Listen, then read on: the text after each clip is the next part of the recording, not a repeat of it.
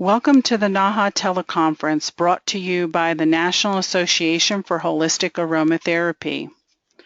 To learn more about NAHA, please visit www.naha.org. The information being presented is not intended to diagnose or take the place of professional health care. Before using essential oils and aromatherapy products, please consult with a professional aromatherapist. Tonight's presentation topic is Feeling Sad, Holistic Tools for Vitality and Enhancement. This educational teleseminar is being presented by Shanti Dechen. Shanti is the founder and director of Aroma Apothecary Healing Arts Academy. She is a clinical health practitioner and a certified massage therapist since 1979. Shanti is also the NAHA Regional Director for Colorado. Her extensive training includes many modalities of healing, including certified clinical aromatherapy practitioner and teacher, herbology, plant medicine, massage therapy, and other holistic healing modalities. To learn more about Shanti, please visit www.learnaroma.com, and that is LEARNAROMA.com. And I'd just like to take a moment and welcome Shanti and thank her for being here, and so that she can go ahead and get started with her wonderful, timely presentation for this time of the year. Thank you, Kelly, and to NAHA for sponsoring this webinar. I welcome each one of you heartfelt. This presentation, Feeling Sad, Tools for Vitality Enhancement, will cover a holistic perspective on balancing the body, the mind, the spirit, and emotions from various aspects. There's a lot that will be covered, and so if you have any questions during the presentation, please write them down, and I am glad to answer them after the presentation stops, or you can always email me. The information to contact me, it will be on the last screen of the presentation. So let's get started. What is SAD? It is seasonal affective disorder. It's a type of depression that occurs the same time every year, which is between October and April. Seasonal affective disorder is also called winter depression, winter blues, or hibernation reaction. So it's similar to how bears go into hibernation, that some people are more apt to do that. And we're going to take a look at in this presentation about the neurochemistry, what's actually happening in the brain, and if we can start to rebalance the different hormones and the neurological system in order to be able to be more in sync during this time of year. Now, the name SAD was formally described and named just in 1984 by Norman Rosenthal and his colleagues at the National Institute of Mental Health. So this has been studied actually a lot. And what they have been looking at, what causes SAD? And experts are really not sure, but they think it may be caused by a lack of sunlight or vitamin D. So I know for myself that I started taking 10,000 IUs daily of vitamin D in October, and that has really assisted me.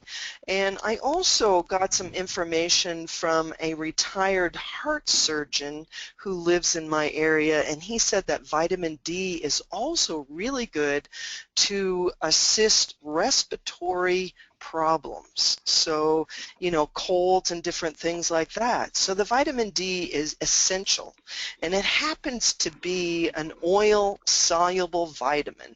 It's not a water soluble vitamin like vitamin C, so you have to continue to take a little bit. So again, the amount was 10,000 IUs daily of the vitamin D. So with this lack of light, it may upset the sleep and wake cycle and other circadian rhythms. So we could call this the biochemistry of what's taking place within us, and it can cause problems with an imbalance of the brain chemicals, particularly the neurotransmitters of serotonin and melatonin, which we will go into a little bit more in detail. These circadian rhythms are the 24-hour cycles of physical and mental changes that are driven by our body's biological clock. And those respond primarily to light and darkness in one's environment. So it's been a little challenging for me. I was telling Kelly prior to the presentation that I felt a little bit sad that I had to close down our outside botanical garden this year. And another thing that's caught me was, you know, it's 5 p.m. and it is so dark outside. So one of the things that I like to do, we're going to talk about different lights, but I have these white Christmas lights that now I have put all over my house, and somehow that soft light seems a lot more inviting to me. So I was my own chemistry lab this fall prior to this presentation, just so that I could get a kind of an idea how it is for other people. And these circadian rhythms, they affect your sleep and wake cycles. And stay up late, get up early, and not be in the normal rhythm that you were in the summer. This could be changes in your body temperature, your eating habits. So we'll talk about nutrition as well. And one of them is the craving for sugar and carbohydrates. So, and the other important bodily functions. So these circadian rhythms go through a lot. And to me, they're like the primal aspects of who we are. Who gets sad? Anyone can get this, but it is more common in people who live in mostly northern climates, where winter days are very short or there is less sunlight. So the prevalence in the United States ranges from 1.4 in Florida all the way to 9.9 in Alaska. So what that means is almost 10% of people who live in Alaska have SAD. It's also that more women get SAD. And there's a figure on WebMD that states 25 million Americans, mostly women, have SAD. People between the ages of 15 and 55. But the good thing for those of us who are getting older, the risk of getting SAD for the first time goes down as you age. And then there's genetics. So people who have a close relative with SAD are more likely to also have that. Some of the symptoms of SAD: difficulty concentrating, low energy and fatigue, reduced interest in daily activities, right? You just want to hibernate, especially when it comes to social activities. There could be moodiness, which includes depression, sadness, or unusually quiet. There can be an increased appetite, cravings for sugar and complex carbohydrates, as I mentioned, which can lead to weight gain. So really taking a look at what are your cravings, and we'll talk about, again, nutrition. You know, maybe instead of grabbing a cookie, drink a glass of water. Another symptom of SAD is increased sleep. Again, you want to hibernate. You just want to climb underneath the blankets, get all cozy warm. Or you could have loss of interest in sex or irritability.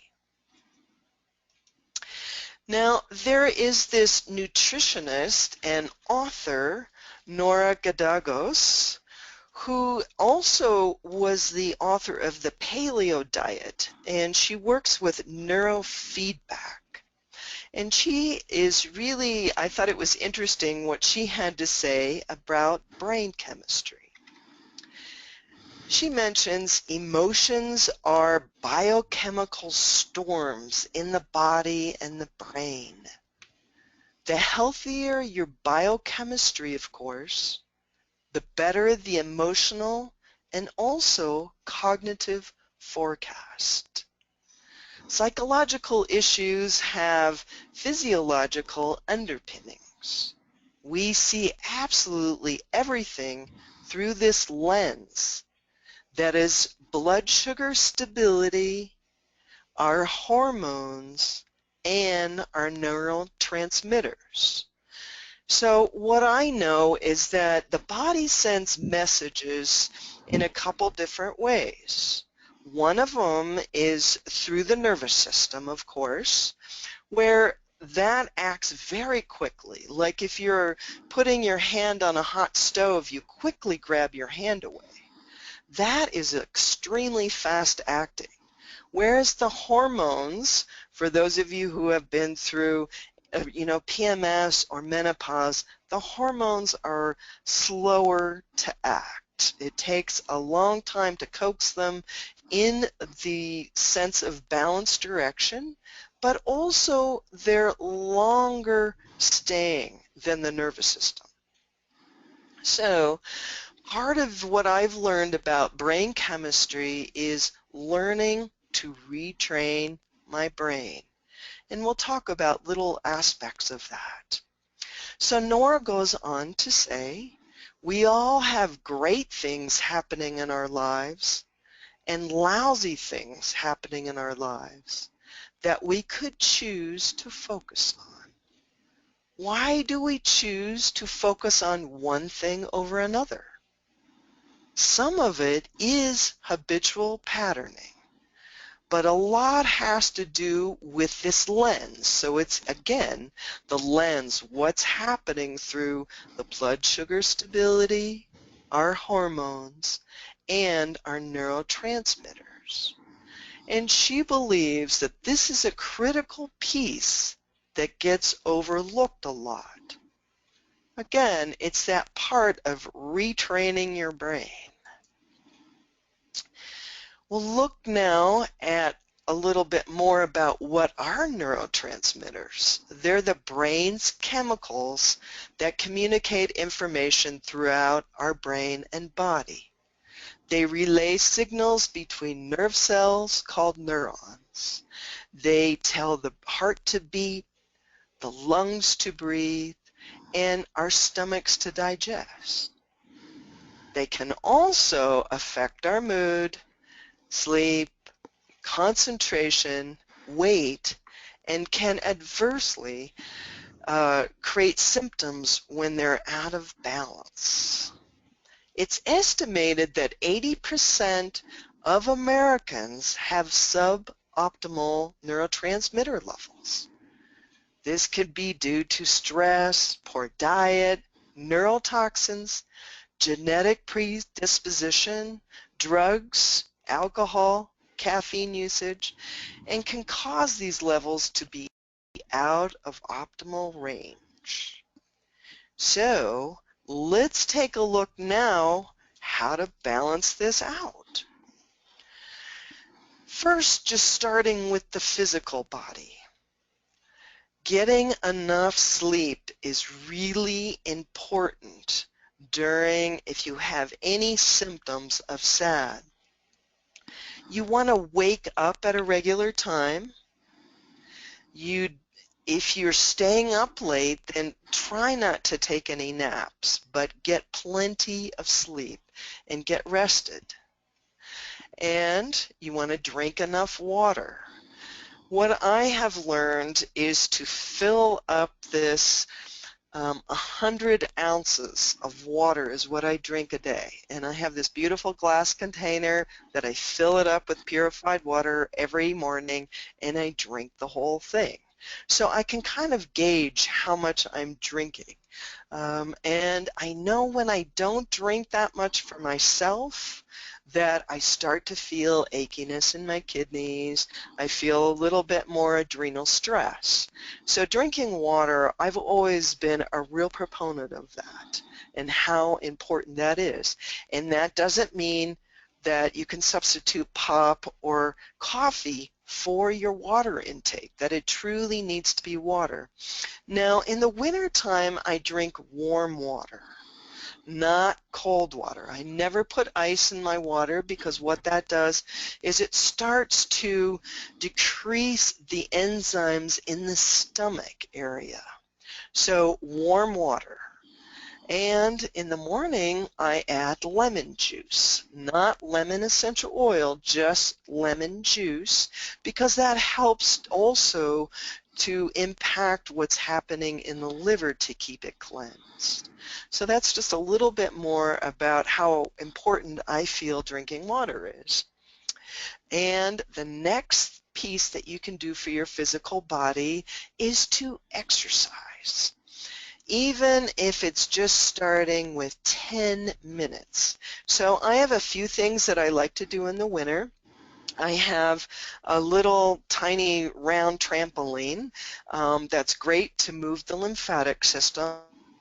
Even if you just start with 5 minutes, jumping up and down. You can carry weights with it if you want, but exercise for you might include yoga, qigong, going to the gym, walking outside with your friends, dancing, whatever makes you happy to actually move. Because when you move, you're moving the lymphatic system, you're increasing circulation, you're also moving the energy through the meridians, the acupressure meridians, and getting things moving. So exercise is really important to release stagnation in your physical body.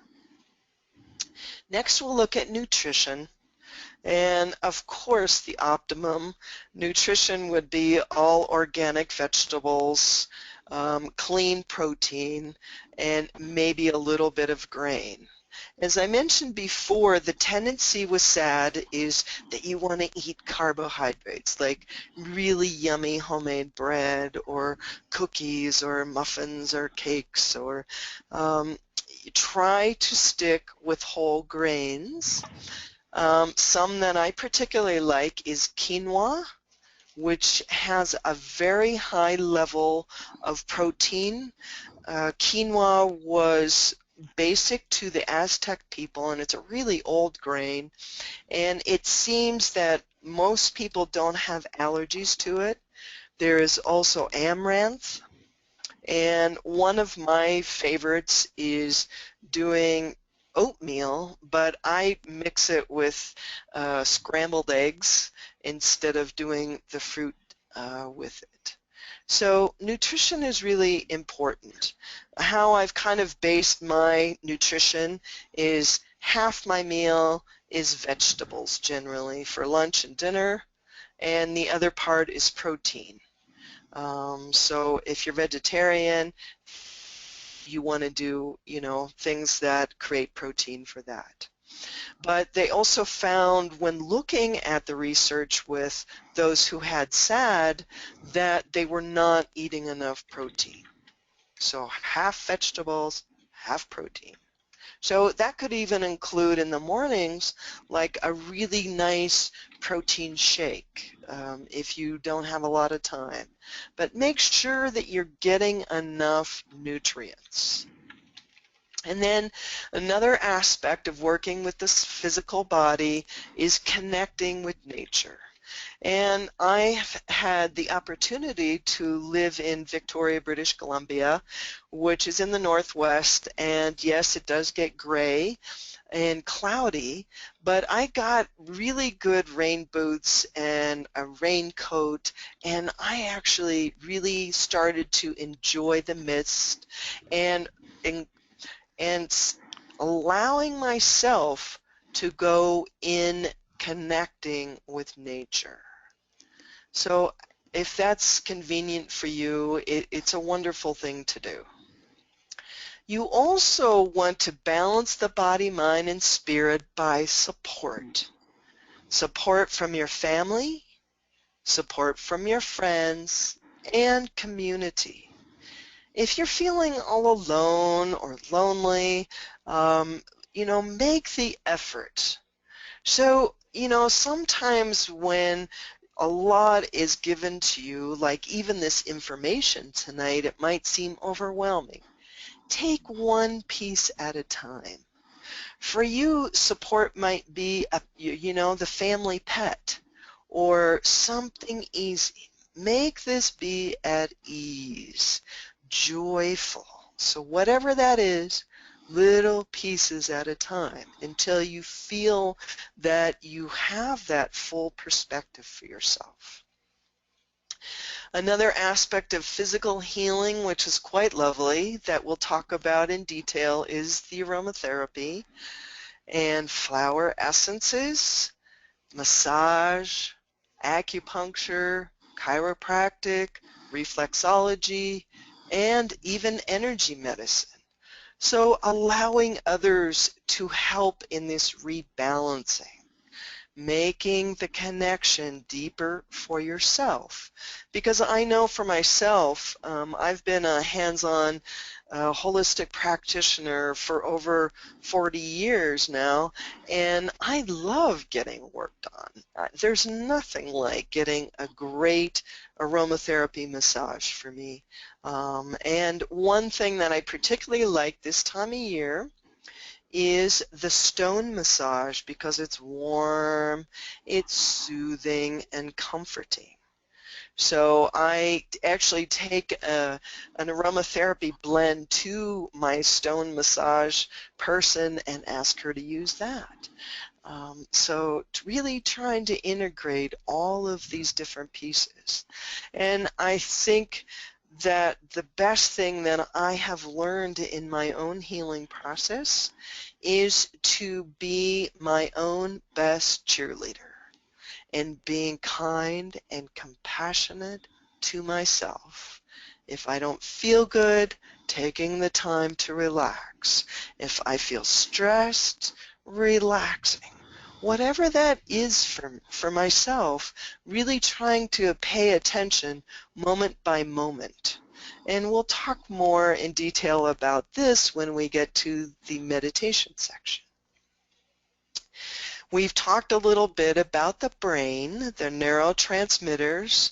I will talk more about different nutritional supplements that are specific to increase serotonin, melatonin, and dopamine.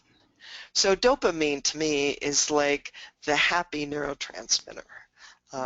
And so we will discuss that more in a minute.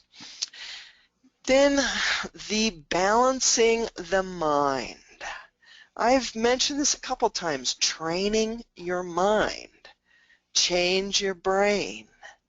And there is this lovely little email that comes in daily from this link, www.tut.com,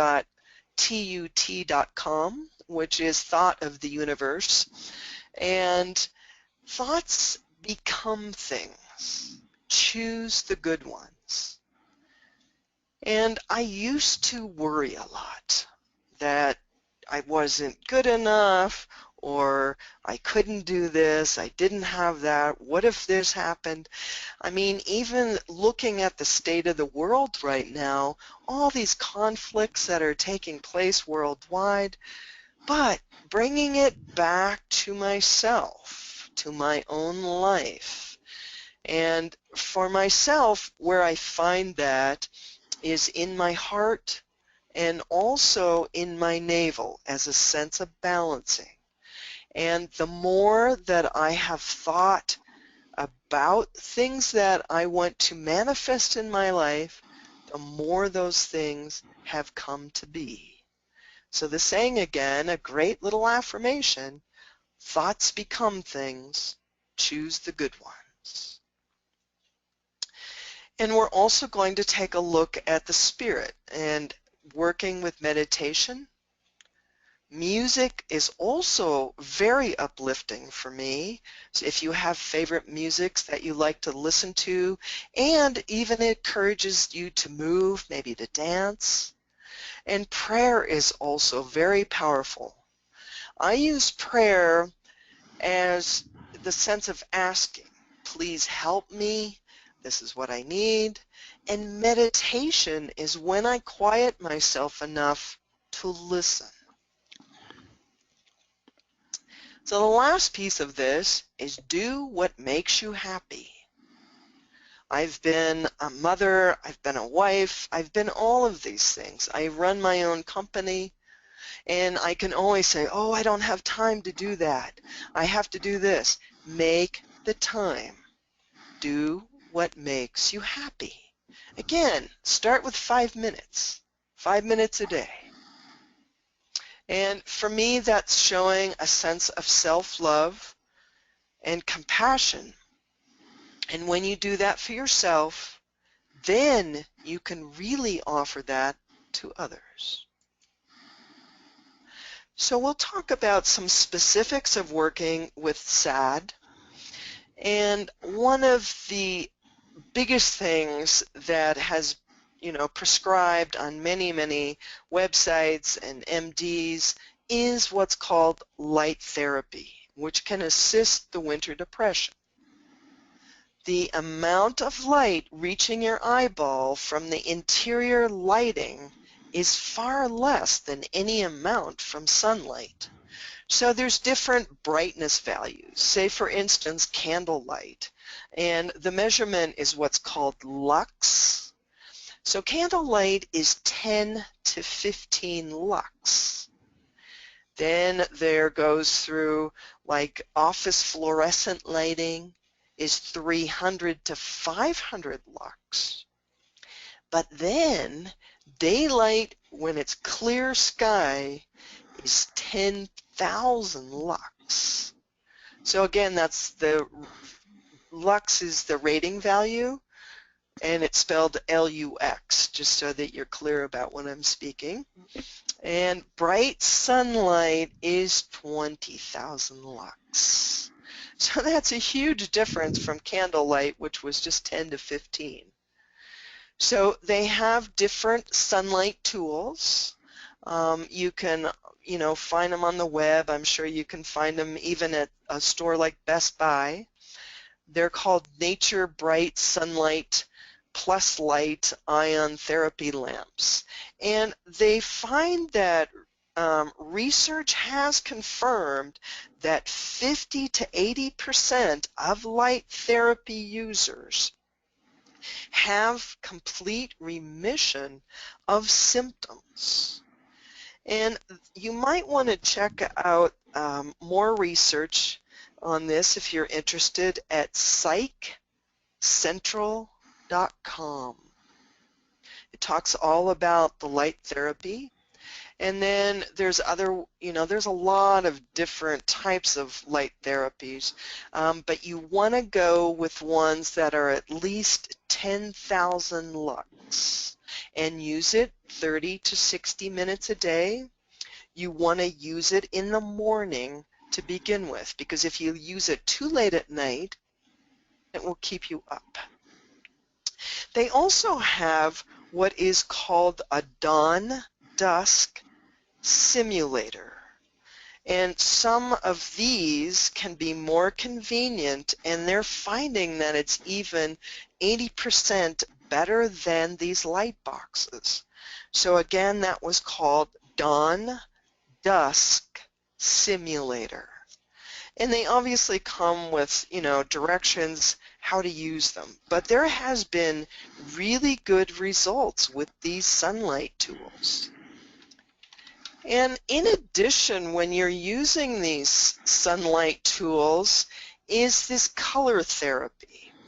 So we have different colors, and I'm just going to skim through this quickly, but green is a color that supports balance, love, harmony, communication. Blue increases calmness, peace, love, honesty.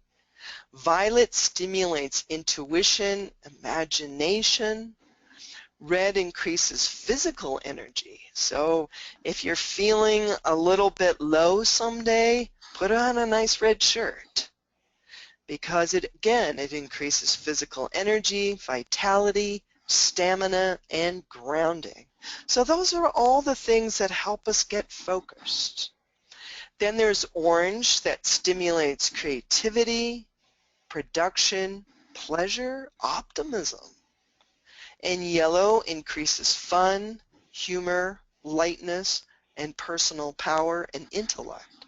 So another way that you could use this color therapy, if you're interested, is to get colored gels that they're thin covers that you could use with the lamps, the sunlight lamps.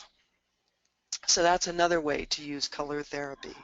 But it can be very helpful. The colors, they do influence us, again, even at a primal level. Next, we're going to talk about one of my favorite topics, which is aromatherapy.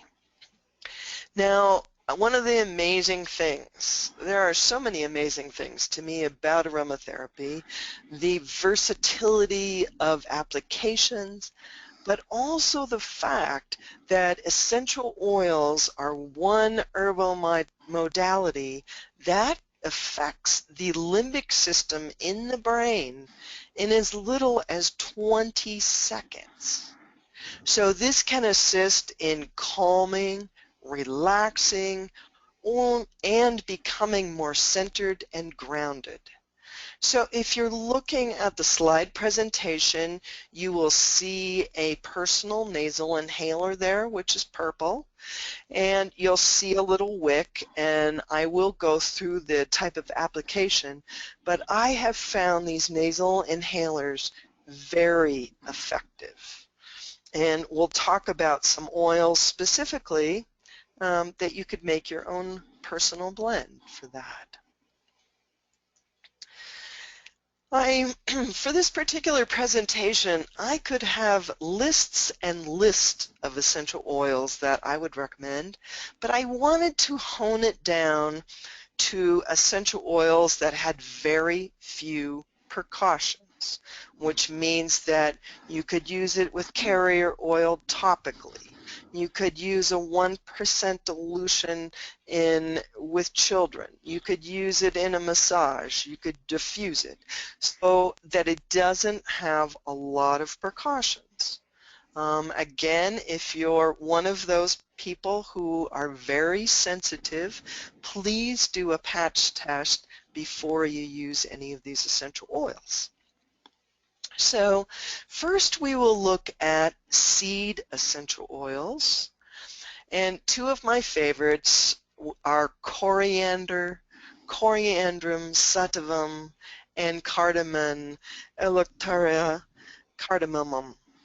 And these two are so beautiful because they have a very calming scent.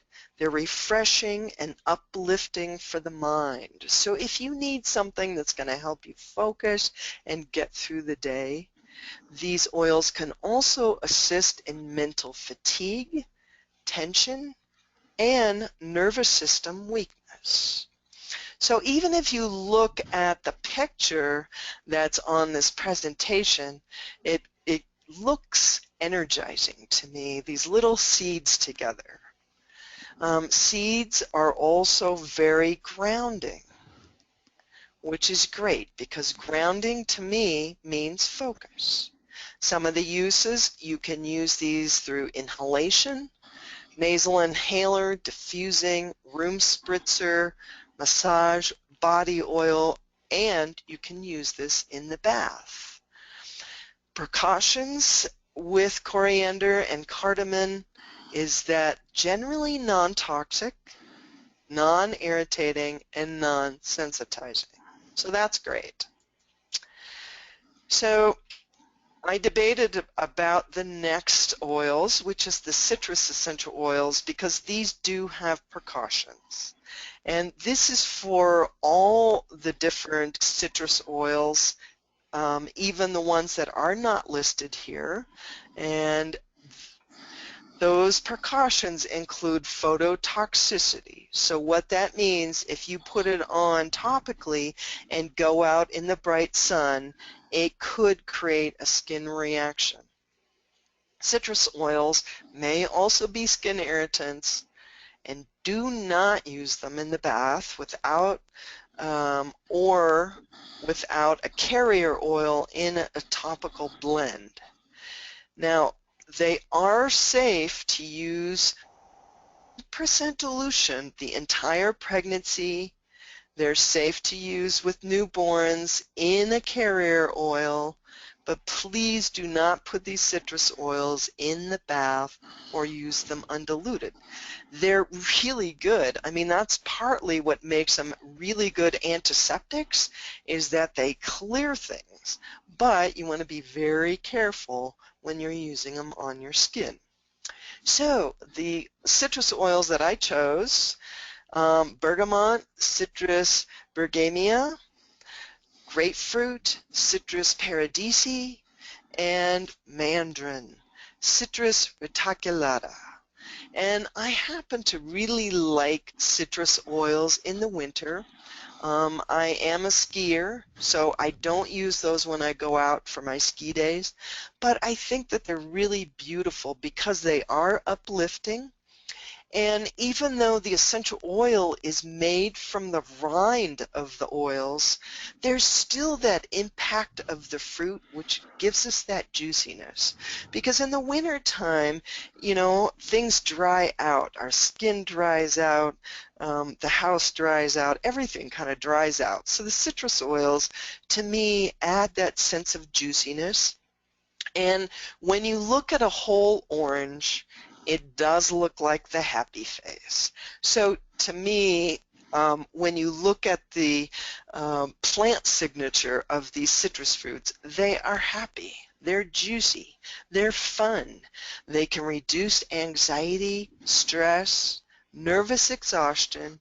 They can boost self-esteem, confidence, and they also boost hope, mental strength, and uplift spirits. Beautiful oils, beautiful. So even though I really wanted to add ones without precautions for this presentation, I had to put these in. So just please remember the precautions for these citrus oils. Next, we'll look at these beautiful floral essential oils. Neroli, citrus aurantium, and rhododendron anthropogon. Now, neroli are the flowers from the citrus aurantium, which is the bitter orange tree, and even though the orange has a photosensitivity, the neroli does not. And one beautiful thing that I like about neroli that I learned from one of my aromatherapy teachers is that it has the ability to stop the pain loop in the nervous system. So it's very quick to stop pain. And it's skin friendly, it's, you know, non-toxic, non-irritating, non-sensitizing. So I just think neroli is just, she's like this beautiful goddess to me, neroli. And as a child, my family used to do spring vacations in Southern California when all the orange trees were in blossom. So I have really beautiful memories about neroli. And the next oil, rhododendron.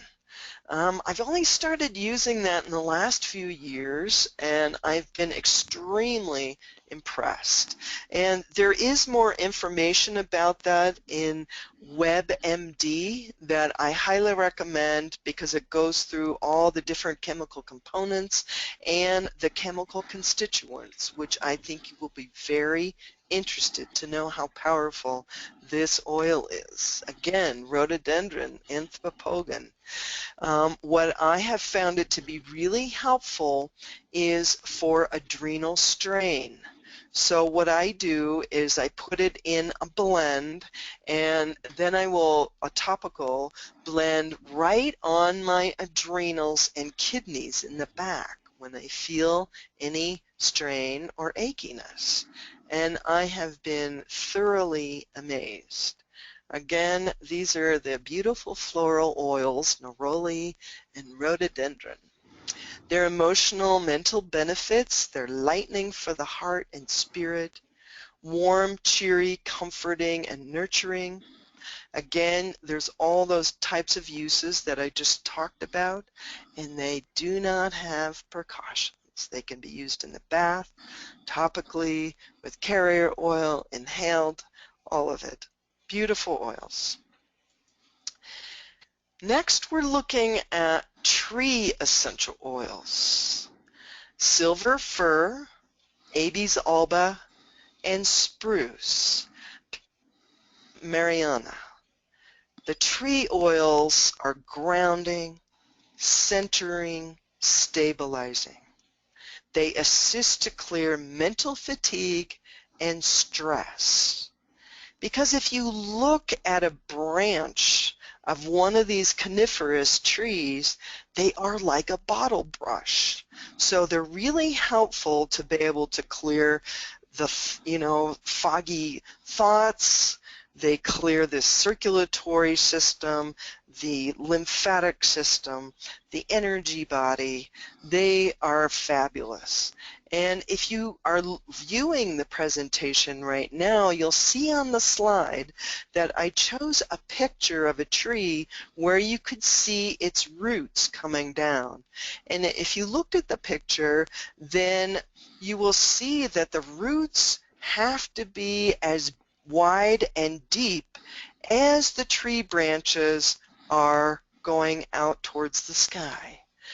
To me, another plant signature of tree oils is that they're very balancing between what I would call heaven and earth. Again, that's why they're very grounding, centering, and stabilizing. Now, generally, the silver fir and spruce are non-toxic, non-sensitizing. However, they can be possible skin irritants. So please use them safely, topically, or in the bath. Moving on to root essential oils, we have vetiver, Vetiver zinzanioides, and ginger, Zingiber officinale. Now, I like root oils. Again, if you're looking at the presentation, you'll see in the illustration, these are roots of the vetiver.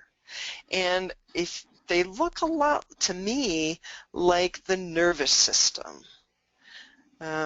So I know that they would be good. Again, it's another plant signature that I always kind of look at, what would these be good for? So for vetiver and ginger, the emotional mental benefits, they strengthen and restore overburdened systems. They calm the nervous tension and stress-related conditions.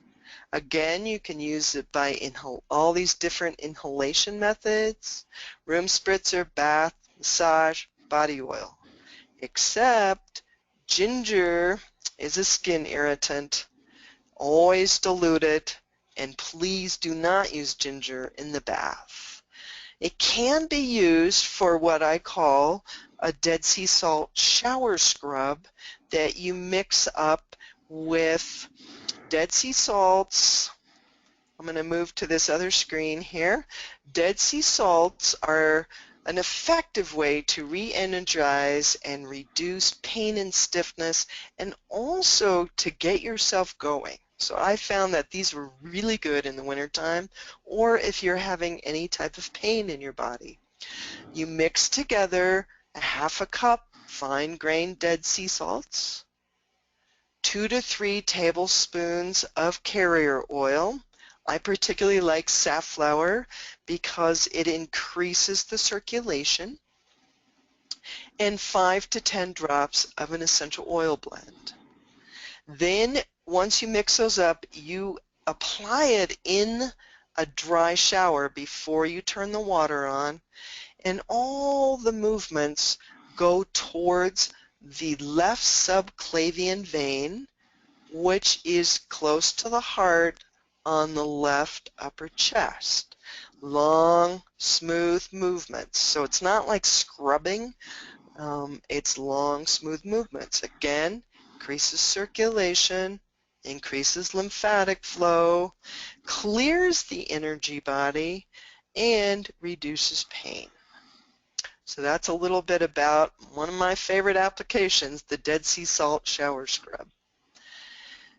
So we talked a little bit about the different types of inhalation applications, and I want to continue moving on with other aspects of this presentation, but I invite you to, if you need to look at this later, there are very specifics how to do inhalation applications in all the different directions, and then also for the topical applications, including bath and massage blend. Please always check essential oil precautions before using essential oils. If you need some pages on precautions, I do have that all over my website. Probably the easiest way to find it is on our blog. Next, I want to look at flower essences. And flower essences are not essential oils for those of you who are not familiar with this type of herbal healing modality. Flower essences are done in the sun with flower blossoms in water, and then they are diluted generally in brandy, and there is what's called the mother tincture that's created, and then using a homeopathic dosage, which in essence homeopathic means like treats like. So you want to use just a very, very small amount. Now, flower essences can be used internally, and I'll talk a little bit how you do the dosage. I've been using flower essences for, I don't know, 25 years, and several years ago I had just an abundance of flowers in our botanical garden, which I made a whole set of different flower essences. And again, those are listed on my website if you want to see this whole kit. But I want to talk about some that are very specific to uplift depression. There is mullein, verbascum thepsis, which assists in self-acceptance and awareness of one's inner worth and values. It's useful for depression, fear, abandonment, sadness, irritability, and anxiety. Again, that was mullein. Then, if you're looking at the presentation, you'll see this beautiful red flower, which is red hollyhock, Alcea rosa. For people that are suffering from depression, loss of faith and hope, which enhances awareness of being fully present with joy and optimism. And I did take some red hollyhock before doing this presentation this evening, and I do feel that I am filled with joy and optimism right now. So thank you, red hollyhock. And then there is sunflower, and which is Helianthus ensis. And the sunflower radiates the sun's energy. If you've ever grown sunflowers, you can notice that throughout the day, the blossom follows the sun. So to me, again, the plant signature, this flower is just filled with sunlight and happiness. Sunflower uplifts one's spirits and helps a person glow from the inside out. Now, some in different topical applications of like the essential oil blends, sunflower oil is also very helpful for those blends, particular to SAD if you were going to do massage or whole body application. Again, the sunflower, whether it's a carrier oil, flower essence, it will help to uplift your spirit.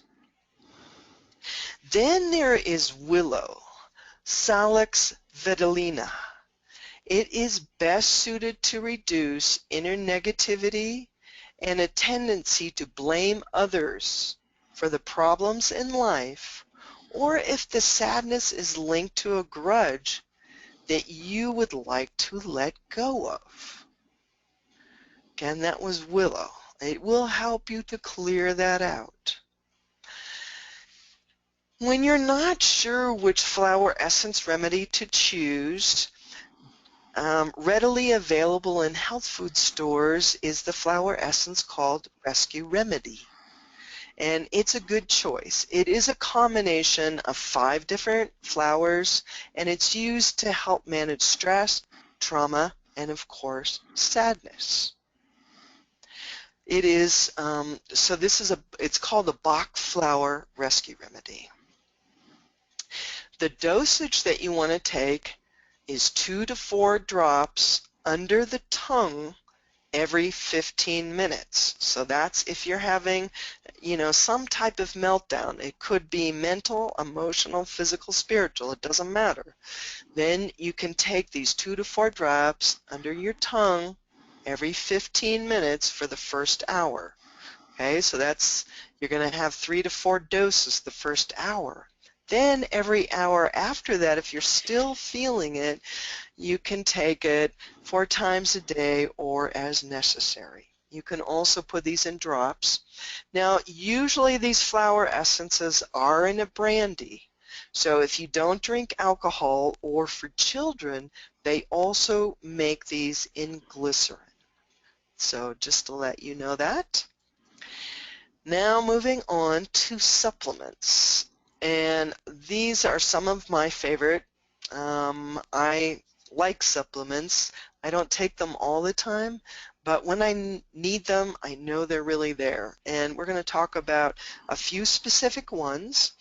Now, this one is serotonin, which is an important transmitter manufactured in the brain, and they find that low levels of serotonin contribute to depression, mood, sleep, and even headaches.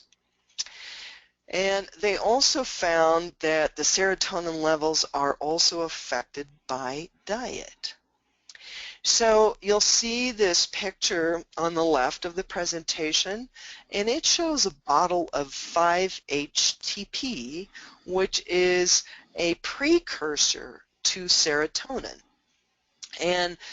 But it seems to really work, and naturally restoring serotonin levels may help to promote healthy mood levels and also reduce food cravings. Now, when I take this, is just 1 capsule before I go to sleep, and I've been sleeping really good lately. So this is a particular brand that I have found are excellent supplements called Designs for Health. Next, we'll look at Neuromag. Now, the first time I ever took Neuromag, And then the next one I'm going to show you, Dopa Boost, was when I was in the midst of perimenopause. And I tried all kinds of things for perimenopause, and I was still getting lots of hot flashes and, you know, mood swings and weight gain, all this. And I have found that this Neuromag is amazing. I take it one little capsule every day now, and it's just a supplement. So, several studies have indicated that synaptic connections in the brain's hippocampus for learning and memory.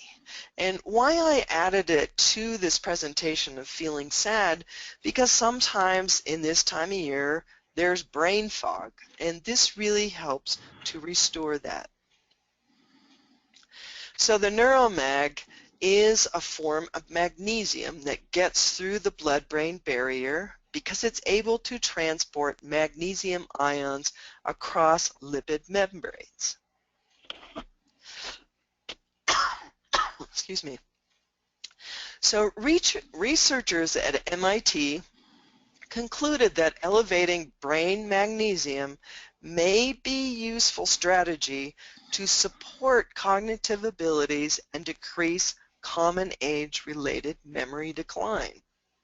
So I just think that this Neuromag rocks, really, increasing the magnesium. I'm a big one, even taking magnesium for any type of muscle aches and pains. So this one's really great. The next one we're going to look at, again, one of my favorite, called Dopa Boost. And it is designed to support the body's natural production of dopamine. And dopamine is essential for the normal functioning of the central nervous system, which is associated with attention, learning, movement, balance, and mood regulation. Fantastic. Again, this is Dopa Boost. Love this one. So we've talked about several different things already, and now I want to talk just a few minutes, we're almost done here with the presentation, but about healing the emotional and energy bodies. In simplest yogic terms, there are actually three bodies.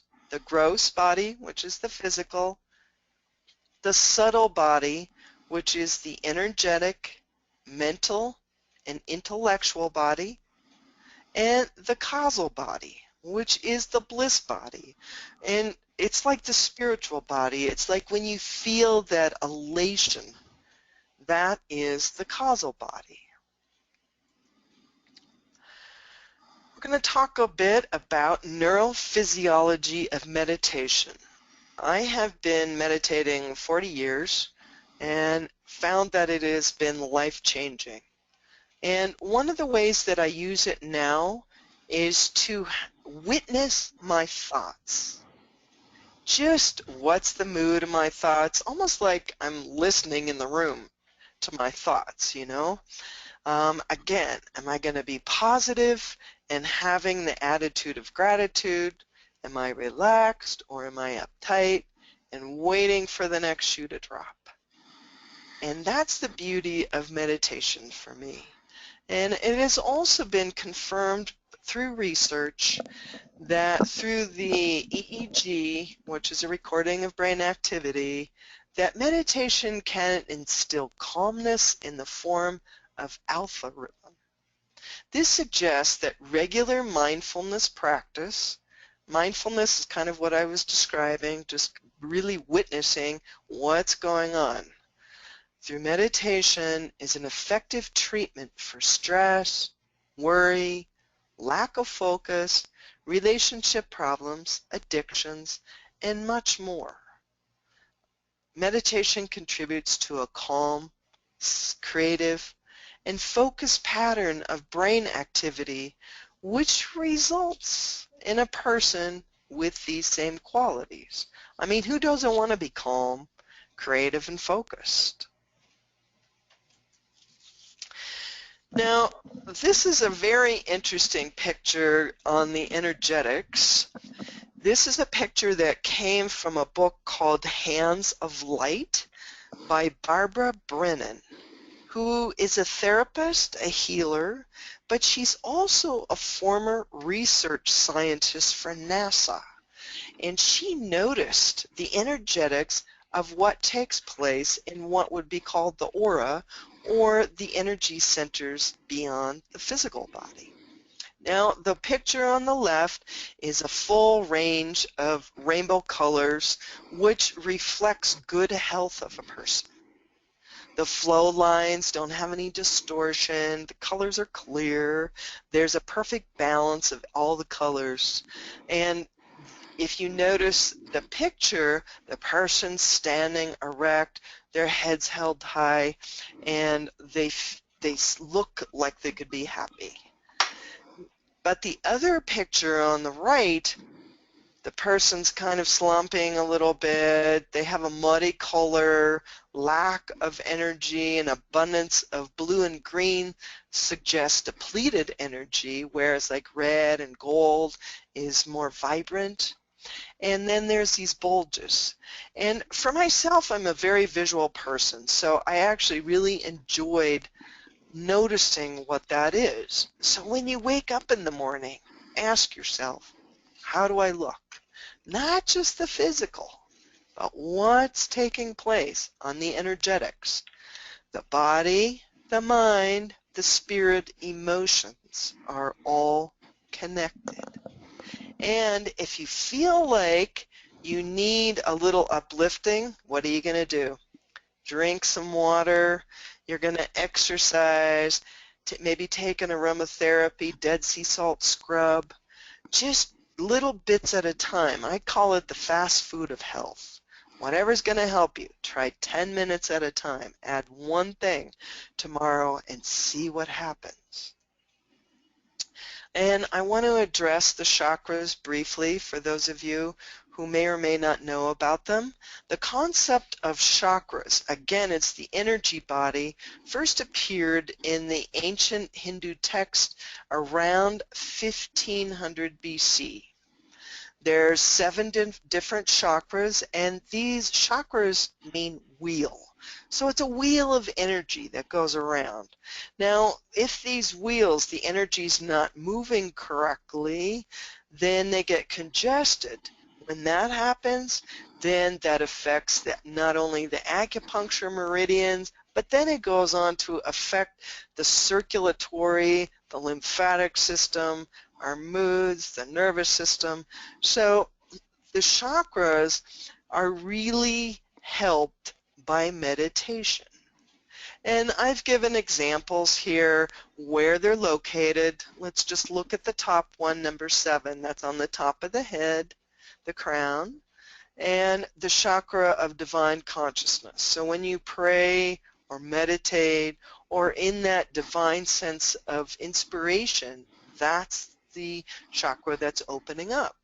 And I also listed an example of an essential oil, which is frankincense, boswellia, pepperferia is one that I like in particular. And then the third eye is the center of the forehead. And that third eye acts as your inner compass. It's like looking inside. And the example is sandalwood, Santalum alba, or Santalum spiccatum. Throat chakra is right at the throat. So, you know, for most women, I find that opening that true voice and expression and communication is not always easy for us. And that's a great place to put a blend sometimes. And I particularly like cypress, Cupressus sempervirens, because it's very grounding, it helps you open up, it's really stabilizing. And of course, the heart chakra is at the center of the chest. Now, just to mention briefly that these chakras are also not only located on the front, but also the back. So if I need to put a blend an essential oil blend on my heart chakra. I put it on the center of my chest, but also on the back, straight across from that area. The heart chakras for love, relationships, and self-acceptance. Rose is the beautiful essential oil that I've used as an example. Rosa Damascena, beautiful heart opening. Navel, balance, also influences the personal power. And that's right above the navel, the solar plexus. And I chose ginger for that because it's a root. It's stabilizing. Zingiber officinale. And for the second chakra, also called the sacral chakra, it's 2 inches below the navel. This is an energy center for sexuality, pleasure, manifesting. And the essential oil examples I used is jasmine, jessamum officinale, and ylang-ylang, Chananga odorata. Again, these flowers, because if you think, for women, this location of the second chakra, 2 inches below the navel, happens to be right on top of the uterus. And that is our pleasure of manifestation as well. So remember in the beginning of the presentation that I said, do what makes you happy. And last, for the chakras, the root chakras, the locations at the base of the spine and the perineum. So if you're going to put a blend on, you could put it at the base of the spine, or in the inner legs is another good place. These energies, earth, grounding, secure, safe, centered. So this is a great way to start your day, to put a blend right on that root chakra, the solar plexus, and the heart, so you can move forward. The essential oil example that I chose for the root chakra, you could use any of the resonance oils, but I chose vetiver zinzanores, but you could also do like frankincense or sandalwood, cedar, any resonance oils. Again, you want the grounding. So what does chakras have to do with this uplifting? Because the more that you are in tune with yourself, you will know if there's an imbalance. Is it in the energy body? Is it in my thoughts? Is it in the emotions? Is it in the physical? Because the more attuned that you can get to all the aspects of yourself, the easier it will be to become balanced. And I want to leave you with 10 things that happy people do. They cultivate spiritual emotions, which could be love, compassion. They have direction. They build a strong social fabric, that means friends and loved ones. They engage in activities that fit their strengths, values, and lifestyle. That means create, what it is that you're about and how you want to manifest it. They practice gratitude. They have optimistic thinking style. They know it's good to contribute. They know that material wealth is only a very small part of the whole equation of life. They develop healthy coping strategies, and they focus on health. Now, I have added a bibliography and resources to this, and you can take a look at them on your own time, but I do want to mention this one book, which is the 4th one down here, called The Taoist Ways to Transform Stress into Vitality. And they are beautiful, what I would call internal exercises. And one of them is called the Inner Smile. And there is a Inner Smile meditation on YouTube that I highly recommend because I don't have time, unfortunately, to guide you through this meditation this evening.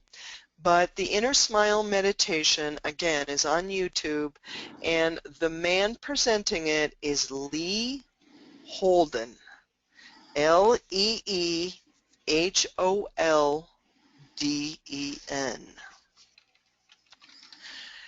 So that concludes the presentation. And in this presentation, we have focused on brain chemistry, neurotransmitters, balancing the body, the mind, the spirit, and the emotions, light therapy, color therapy, aromatherapy, flower essences, nutritional supplements, meditation, and energetics. I do hope this will assist you to enjoy a happy and healthy winter and each day that follows. Thank you so much for participating in this, and please feel free to contact me if you do have any questions. All the best to you. Thank you so much, Shanti. Really appreciate you being here and giving this topic on SAD, especially during the winter season. Thank you, Kelly.